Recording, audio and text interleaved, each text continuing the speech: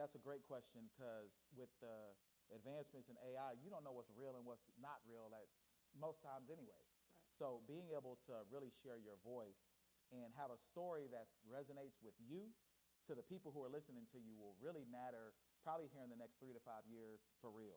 Because now when you turn on something, you don't know if someone's actually talking or it's an AI voice that they put together. So again, I'll lean back into events like this. We know it's real.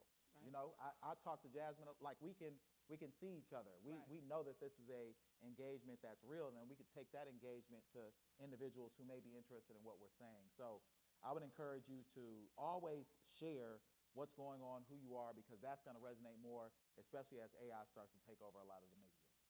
Man, you're giving us gems tonight. So let's talk about the different formats of podcasting outside of just sports and celebrity talk. Because I always tell our clients, if you have a business or if you have a brand, you need a podcast. Absolutely. They always talk about the industry being oversaturated, but only you have that voice. So, given that podcast, the market overall is projected to grow from about 30.7 billion in 2024 to 131 billion by 2030. For podcasters who want to use the medium for social change, community building, or giving voice to underrepresented stories, what kinds of show structures or content styles do you think work best? Yeah, I think in our community we tend to lean into sports, culture, entertainment. But there's a lot of mediums that if you even think back, go to like the 60s. People used to listen to the radio for actual scripted stories, for things that felt like a TV show, but you just listen to it through audio. Right. We do some of those things. You should get into a space where, true crime. Yeah. First off, our black women, I don't know why y'all love that so much. Y'all love y'all some true crime. Absolutely. But that is one of the biggest mediums.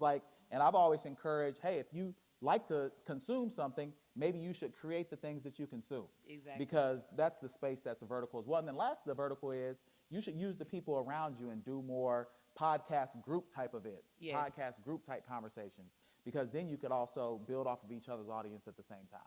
Definitely. So balancing niche versus mass appeal. The podcast market is huge and growing, but at the same time, very crowded.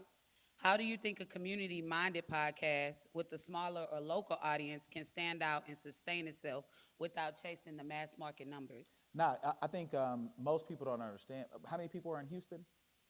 4 Millions. million. Like Right. in Houston Metro alone, maybe 7 if you take out the suburbs. There's no such thing as a small community podcast because you could speak to millions of people and resonate with an audience of millions, even just in Houston. Definitely. So I always encourage, people will come by, oh, you and your little podcast. Well, it don't matter because that one person that you touch, you may have been able to have them start something new or build into something. So when you have a process, you have to stick to your process. And then if you need to modify or change after you've done a review, look at your analytics and see who you're really talking to, then you talk directly to those people. Right. Maybe not niche down your topics, but niche down who you're talking to. You'll know after about 20 episodes who's listening to you. And then once you get that data, you talk to those people specifically, and more of those people will find you. And they'll find you, and they'll share you, and then you could start talking to a broader audience after you've initialized that initial audience that you found. So, have you produced a podcast before that maybe didn't have a lot of reach, like not thousands of views? However, it was still a sustainable podcast, and you still saw that podcast grow, with community and things of other natures, like they grow in revenue, but they don't have a lot of views. Yeah, absolutely. I mean, the podcast I'm on, Poor Horseman, is that way. On the surface, we look large, but in reality, we're a core group of about 1,000. And that core group of about 1,000 carries us forward to a lot of greater things. Right. So what I encourage is find that 1,000. 1,000 people giving you $10 a month, do the math. Right. You don't have to concern yourself with the broader audience. You got to serve that 1,000. Then that 1,000 can turn to 2, can turn to 3, can turn to 5. And that's the journey that I try to, when I'm working with people, don't concern yourself with what you see that's flashy, because we don't know the budget they started with either. Definitely. We pay for podcasting. Over there, they're getting paid to do it. So Yeah. that budget is different. So you got to consider that as well. So with your particular podcast, how long have you been doing it? I've been doing it 6 years. 6 years. So how important is consistency? I've never missed a week in 6 years. What? We've never missed a week. We've done 354 episodes. We've never missed a week. Yeah, I got some work to do. we, Okay. we've never missed a week. So let's go to monetization, sustainability, and creator economy. Monetization opportunities and shifting advertising models. The global podcast advertising market was estimated at about 19.4 billion in 2024, with projected growth to around 38.5 billion by 2030. Also, host-read ads and branded content remain dominant revenues in Absolutely. podcasts. So, can you give us more information on that? Yeah, now the way I look at it is most of us will probably never really do an ad read. Ad reads end up being in spaces where you have to go out and find. None of us are salespeople in reality. Like most of us, we're creative, we enjoy the work that we do, and we have a story that we want to share that resonates with others. But there's ways that you can monetize your podcast separate of ad reads. Ad reads are Definitely. great. Go find an agency, let an agency put those ads on your podcast. You don't ever have to touch that. But what you can do is monetize access. Because once you start to grow, people want to have access to you. They'll want to know the information only that you have or the motion that only you have. So being able to monetize your access is really what I try to share with people. Like, so for example, I'll give you a way. Many of you have heard of Patreon, but most of the time people only do Patreon for additional content. No, Patreon should be for people to touch and feel you. Well, that's probably the wrong way to say it after the Diddy Why not? documentary. So let me change it. Let me change it. The Patreon should be for the way for people to get access to you in a way they wouldn't be otherwise. A town hall, a meet and greet, an opportunity to be on the scene, on the set, maybe be a part of an episode. And then once you start doing things like that, you'll see your income grow that you can reinvest into your show to start getting those ad reads. Because it takes a while to get an ad read. We didn't get our first ad read on our show for 3 years. Yeah. And then after that, we were able to demonstrate that we can handle an ad appropriately, and then we built ads on top of that. So what are other avenues that podcasts open up outside of like monetizing with ads and advertising? What are some other ways that monetization flows through podcasts? Absolutely. If you're a business, you're already generating customer base. All of us have to pay for marketing and branding. Why aren't you your own marketing and branding if Right. you're a business? Why don't you share a story that resonates, gets you in an audience, maybe puts you in an environment with people that you may not touch and feel? You should do that. Another way that you can monetize your podcast, again, as we talk about access, is allowing people into your space. Giving them more access to you will always be beneficial because little do you know it, as soon as you turn on that camera, you are an influencer. Yep. Even if you're influencing one person or 1 million people, you have influenced someone. So as hard as it is to get a listen, as hard as it is to get a download, it's that much harder to give them to give you $1. It's that much harder for them to come to an event. But once they do that, that's an anchor. Feed that person. What we do often, a lot of times, is once we get that first dollar, we never go back to that person because we think, oh, we got them. Right. But that's a customer you should continue to serve. Because that customer you continue to serve will then tell others that, hey, I was done well by Jazmin's podcast, I was done well by CCN, and they'll continue to come back to that space. Recent commentary in the industry warns that increasing ad loads and rapid commercialization may risk audiences. As the show grows and you look to monetize, how do you plan to preserve trust and authenticity with your podcast or even other podcasts that you produce, especially within a community where credibility and realness matters? Yeah, for me, I think most people, they need to understand that we do have to make money, but you can't bombard people with only making money. So there's always a value exchange. You should always give away three free things before you're asking for one paid. So if I got information that I could share, hey, I'm going to give you about 3 of them before the next time I come to you with an offer. Because I feel like at that point, you feel comfortable with me to know that, hey, well, he's not gatekeeping anything. I'm willing, people should say that Jazmin and I are competitors. Yeah. But we do stuff all the time together. Yep. Like that is the way that this community should be, because that's the only way the community together will grow.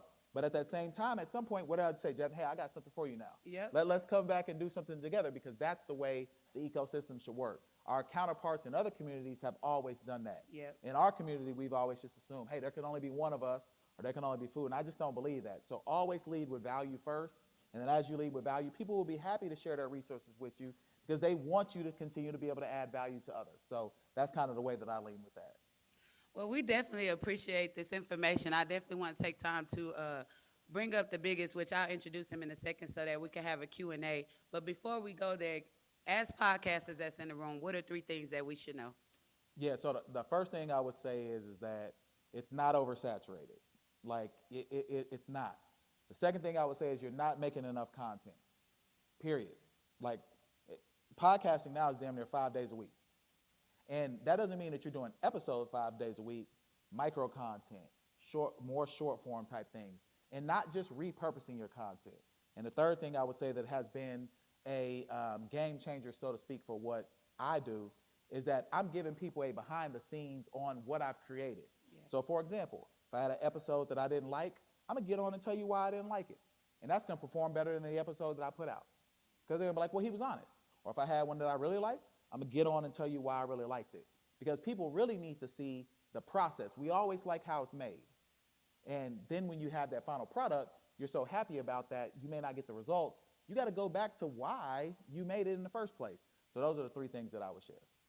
Perfect. And one more thing before I bring up Don is Senate Bill 22. Yeah. You know, everywhere where we go, we always talking about this and what it's bringing to Houston and how it affects us. So can you give us information about Senate Bill 22 and as creators and podcasters, how does that affect us? Yeah, absolutely. So Senate Bill 22 is a $1 billion biannual, actually it's $5 billion biannual that the state of Texas will pour into projects that have a certain criteria.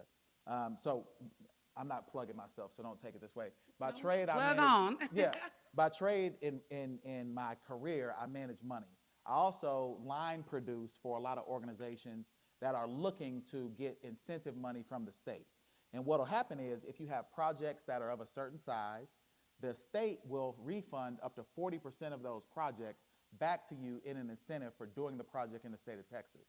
Now, one of the benefits is if you talk to people who may want to be an investor in your project, whether that be a podcast, a short film, or a full feature film, you can talk to them directly about, hey, 40% of your dollars may not be at risk.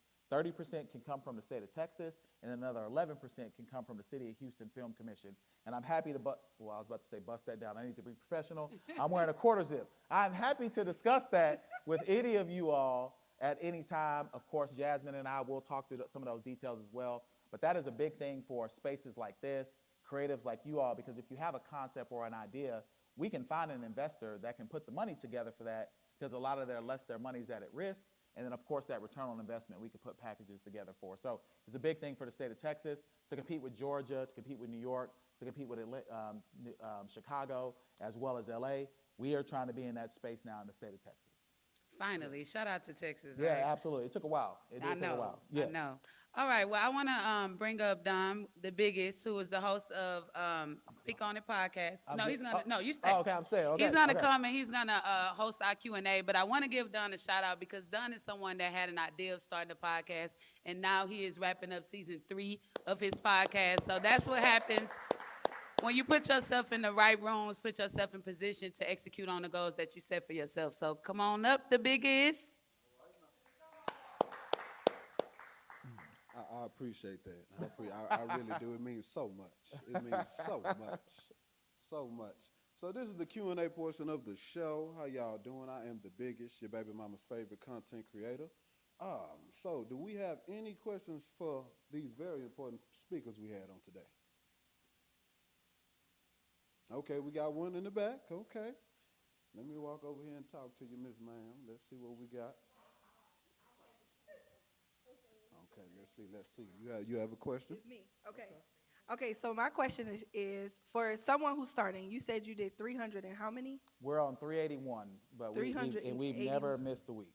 Okay, never. So you guys are doing it every week? Yep, on Sundays. We shoot every Sunday. Okay, so when it comes down to creating relevant content, like actually building and putting your content in queue, what is your process for building your shows? Since you're doing it week over week, how do you actually find out, how do you build your shows? I guess that's my first question. And then my second question is, how do you keep it relevant for your audience of 1,000? No, thank you. So the process really for us is easy because we're doing the things that are hitting the culture every week.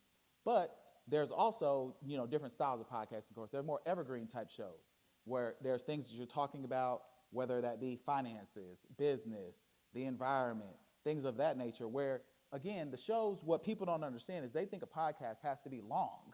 It doesn't. The initial podcast, when they had that on the podcast app, were like 5 to 7 minutes. Yeah. They were literally just people going on there, trying to figure it out to have a conversation. You can find something right now to talk about 5 to 7 minutes every day and put it out every day. And you should do that because the more you're in the algorithm, the more you'll get fed, and the more you'll find things to talk about, because you know what will happen is your audience will start sharing things that they want your opinion about as well. So being able to stay relevant is not difficult. There's always something to talk about. And, verticals that we're not always in is politics. Politics, you can talk about something every day. And the people who really about to make all the money in content is politics. You know why? Because all the ads are going to be spent for the midterms starting in February. They're going to spend over $400 million in the state of Texas for the Senate race as well as the House races in the state of Texas. Y'all need to start talking politics. You can do that every day. All right, all right. All right, that's some good information now. I hope everyone's paying attention because that information was free. You didn't have to read it on a book. You just get it from the source right here.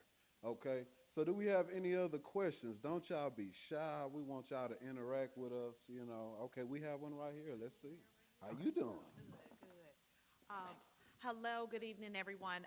Two questions, actually. One is, can we talk about monetizing your podcast? Let's go ahead and cut right to it because there's an investment of possibly a studio, equipment, your time is an investment. But talk about a little bit about monetizing your podcast. And secondly, and I think I met you, brother. We have. Okay, good. Yeah. Love your location. I'm so happy to see you here again. I love that we're having this conversation after having attended Podcast Summit in Atlanta. First time someone said, Landy, you should go do this, and I went. Can you talk about, you mentioned these other cities, right? What do we need to do to truly play here in Houston, Texas? How do we show up as this big city, number 4 that we are? Can you talk a little bit about how to do that soon? Yeah. And again, this is my perspective, of course. Sure. So I would say to your last question, doing things like this, showing up, filling the gap, supporting the people who support you, and building a true community. Because none of this really happens in a vacuum. There are a few people who hit lightning in a bottle, but that's not reality for most of us. Most of us need to be connected to others who are willing to always say you should network laterally instead of vertically. And then, Jazmin and I will carry each other forward over the next 5 years. And then in turn, all of us are carrying each other forward because we've done that as a unit. But as it relates to podcasting, monetization, there's 3 things that I always recommend. Start with your core audience. That core audience, you need to get 10 people to be willing to join some type of network that has access to you. Because once you get those 10, you'll know what they're into, and then you need to survey those 10. Once you survey those 10 and say, hey, why did you decide to give me $10 a month on Patreon? Why did you feel like this was valuable to you? Then you start building your content around that because there's going to be another 10 that are very similar to that didn't know about you. And then after you've done that, the second piece that you need to start monetizing is all the platforms. I think you all know on YouTube you need 1,000 followers, 4,000 watch hours within a 365 period. Once you get that, then once you're in their program, now start doing products. Because once you're monetized on YouTube, you can get a little Amazon button on every one of your episodes. Hey, I was wearing this today. Just subtly add it in there. And then the third thing I would do is what I call in kind. And this is a cheat code that I've given several places. There's a place that you frequent every week somewhere. Go into that place. Hey, you know what? I got a podcast. I would love a discount code for my community. I don't want nothing from you. I just want to let people know how good you are and why I like coming to this place. Give me 10% off. They're going to be happy to do that after you've proven, hey, now give me $500 for that because I've proven to you that I was a good steward of that 10% code that you gave me. You can do that right now tomorrow. You can do that tomorrow. And I encourage anyone who's starting, and I even say pre-launch, you should do that. If you're a new content creator, a new podcaster, go to all the places that you frequent, put a pitch deck together, and say, hey, give me a discount code. I want you to represent my podcast. And then after about 2 months, go back to them. Hey, I'm ready to run it up with you now. I know what I sold. Make sure there's a way you can track it. If there's some information you need on that, I'm happy to help. But make sure you can track it. And then after that, go back to them and ask for the money. Yeah. would add to that. He basically broke down actually monetizing the podcast, but the other ways like building community, things like this, collaboration. So that's one thing that we did in April. We did a big live event with about 6 different podcasts. So we brought all their different audiences together. We sold drinks, merch, whatever the additional things that you can do, the products, but definitely building community. I'm not someone that has thousands of views on my podcast, but I've been doing my podcast for many years, and I've generated a lot of income from my podcast, but not directly by views. It's just being consistent and having something to offer to the people that you're serving. I love that. I love that. That's great information. So basically what they're saying is get monetized, get active, and network, okay? So do we have any other questions while we're doing the Q&A portion of the show? Anyone? We have one Nigga more? sounding pretty smooth, ain't he? Like, no, go to show. So when it comes, since you've had a lot of success on, is your platform predominantly on YouTube and audio platforms too? Yeah, so I think we probably do about 50,000 a week on the audio platforms. And then depending upon the episode, YouTube, I think we've got a little over 10, 11,000 followers. Maybe across all the platforms, we might be 100,000 across all the platforms on mine. Okay. Yeah. And so when it comes down to YouTube, just learning how to operate in that playing field, what would you say to like a first timer who's maybe doing a visual podcast? Because here at CCN, we really focus on visual podcasting. And so as they are, preparing and prepping for that visual, what is it like playing on the YouTube field when it comes down to content? Because I know that there are some restrictions and guidelines they have on certain things. Like on one, I know they just changed some things concerning cursing, certain conversations, and then even certain linkage. So when you are doing monetization, linking things in there, has there ever been anything that you came up against that you would tell someone who's starting from the beginning on YouTube? Yeah, absolutely. First 5 minutes, no cussing. There we go. After that, run it up. We don't care what you say. First 5 minutes. No licensed music. Don't even try it. It's not even worth it. You muting out parts of your episode, you making it more difficult for the editors. It's not even worth it. And then the third thing I would say is practice makes perfect. Right. So for every episode that you put up, if you're a new creator, you need to have about 5 in the tuck that you just watching. Because if a athlete is watching tape, if an actor is watching tape, if a newscaster is watching tape, there's no reason you're not watching tape. You need to look at yourself, your facial expressions, how you look when you're not on camera. If you're a co-hosted show, what are you doing when it's not your turn to talk? Who's the A mic? Who's really producing the show? Like all of those things will make a big difference because you can come out looking fantastic, but if there's no chemistry or if you on a phone when you're not talking or things like that, no one will take you seriously. Yeah. It'll take a while for them. So there is, like we talked about earlier, this is difficult because you're competing against people who have millions of dollars. And they're going to show that they have millions of dollars, and you got to compete just like you have those same millions with the expectation that, hey, I may not get $1 million, but I'm at least be able to do some things that make me more comfortable in this environment. I just want to cover my studio fees, things like that. But you got to play in that playing field. Otherwise, you'll kind of be just scrambling throughout the time while you're trying to produce.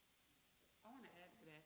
And I think it's important for spaces like CCNetwork, partnering with spaces like the Hive as well, and have a community that's behind you because podcasting could get very, very expensive. And then when you're first doing it, there are challenges. I know, like the biggest, I know maybe your first season is completely different from season 3. There are challenges that you have to go. So when you're partnering with a network or a community or a podcast studio that believes in you, then it's not so much pressure on you to have to do it right the first time and get your money back.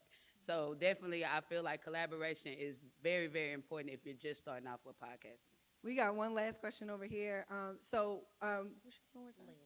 Ms. Landy had a question, and that was, what would you say is the difference between having a show where you have a co-host and a show when you are solo by yourself, and just like the preparation for that, right? And like like how you bring on the guests, like how do you prep your guests, like the process for actually saying, okay, I want to have someone on, and then also the process for a solo show. Yeah. So when I usually get that question, I always ask people their viewing habits and their listening habits. So do you watch a show because you like the host, or do you watch the show because you like the people that they interview? And that'll really let you know the type of content that you might even create. Because if you're doing a show where it's you and a co-host, y'all need to do about 10 before you bring anyone on. Because we got to know who you are. Like, you're new to this. I don't care if you're an established entertainer who raps, who was an actor, you're still new to podcasting. So I got to know what your tone, your style will be before you bring a guest on at all, because then what'll happen is I'm only looking forward to the guest. And if you're a solo creator, you might have to do like 25 before I really get to know who you are, because there's no one for me to bounce your energy off of. You're building your own energy for me. So I got to really sit with you for a little bit before I'm engaged. So there's always a strategy of people got to know who you are before you bring anyone on, unless your show is purely going to be, hey, I'm doing business talks. I'm talking to business leaders every time. It's not so much about me. I'm always going to shine the spotlight on the person I'm talking to. Definitely. As a show like Business Talks, where I do interview, I maybe have done one solo episode, but that's the primary purpose of the platform. My process is very similar because I have done some shows on other platforms where it is just me by myself.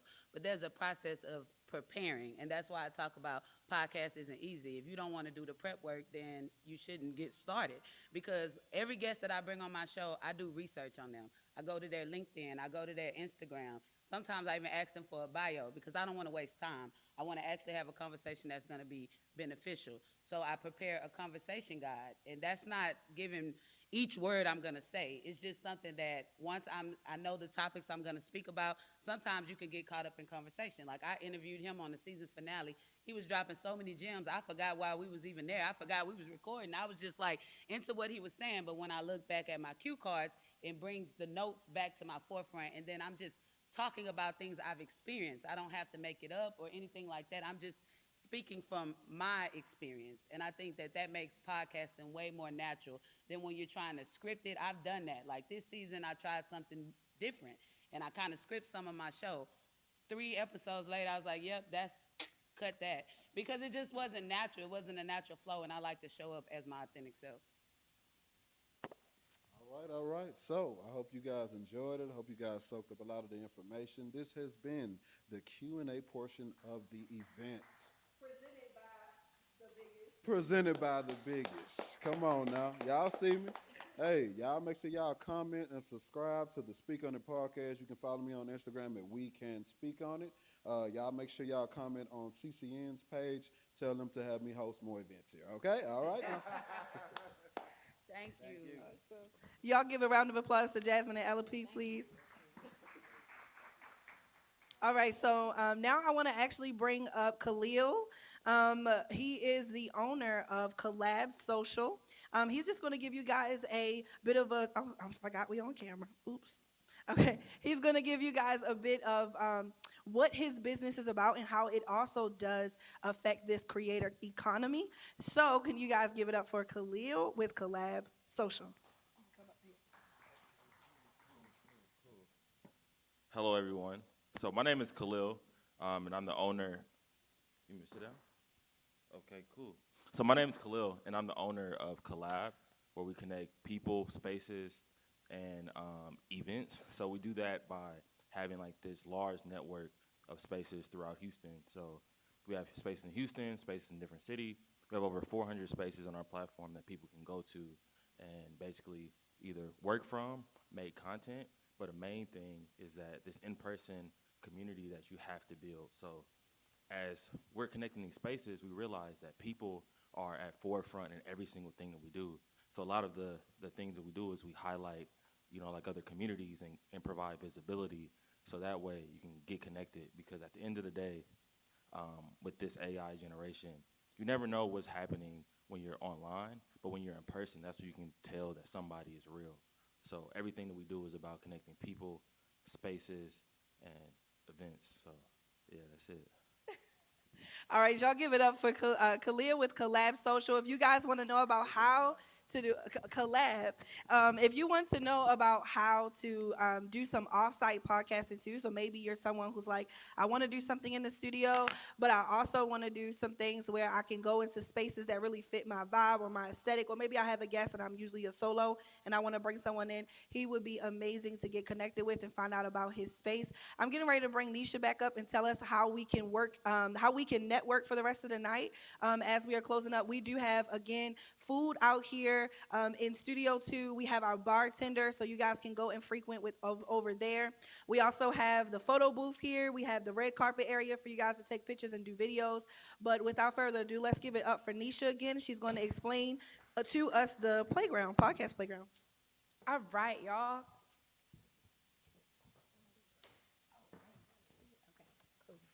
All right, y'all. First off, give a hand to yourselves for showing up tonight. Like, sometimes we don't understand what it means to show up for yourself. That's literally what it is. My podcast is all about I am my first project, but a lot of times we don't show up for ourselves, show up for our visions, our business, what we're trying to do, and y'all showed up today. Whether you're a vendor, you showed up for your podcast, you showed up to network, to meet a new person, or even if you're inspiring to start a podcast, which you should join, you should do it here. You know, I just finished season 1.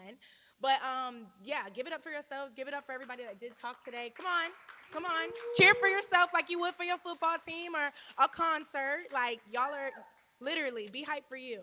I think you should be excited about everything in your life because you are literally making your life. So if you're not excited about your life, you're doing something wrong.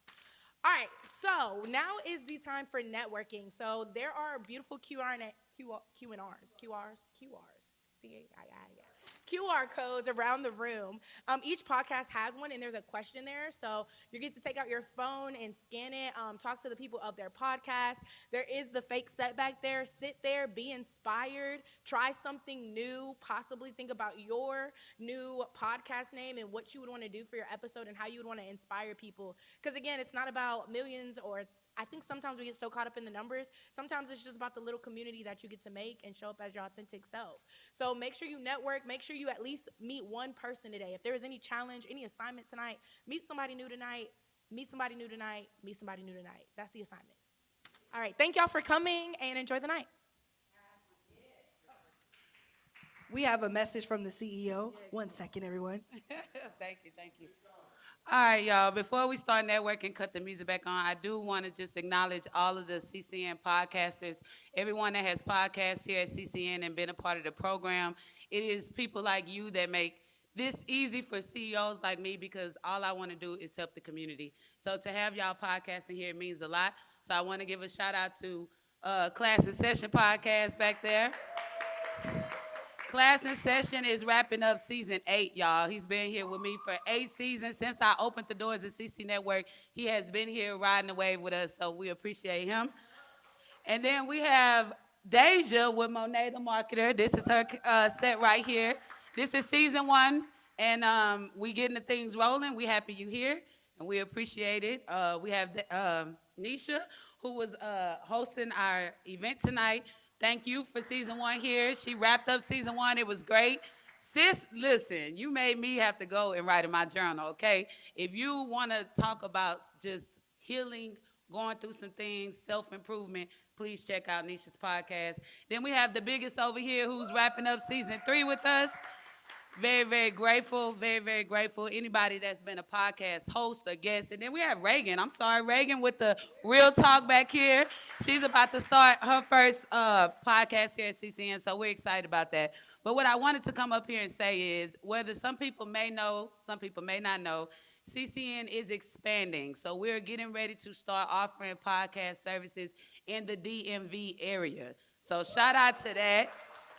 As y'all know, it's a big goal of mine to go global. Before we can go global, we got to go national. So we're going to go start doing services in DMV. But with that being said, when you are growing, you have to spread your wings. So our director of programming, who has put this cultivator program here at CCN and made it a seamless process, she is actually leaving us and going to the DMV area to spread her wings as a strategist, as a business owner, all the things that she does on her own, but also to spread the wings of CCN.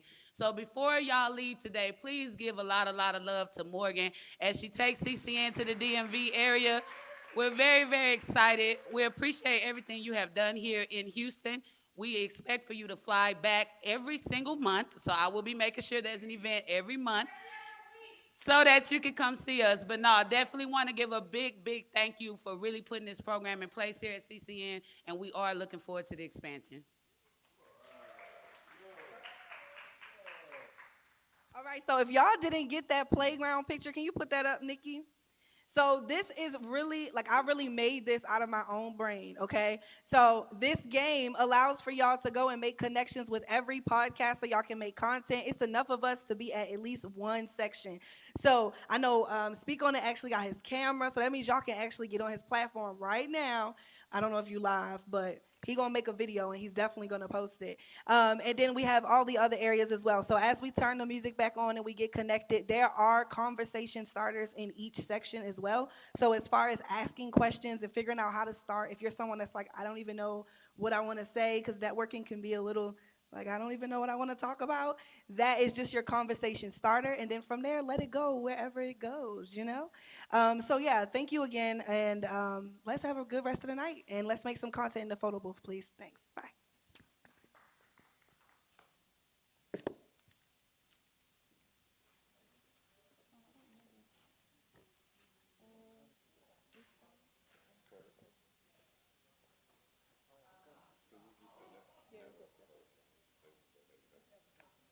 Quick stop.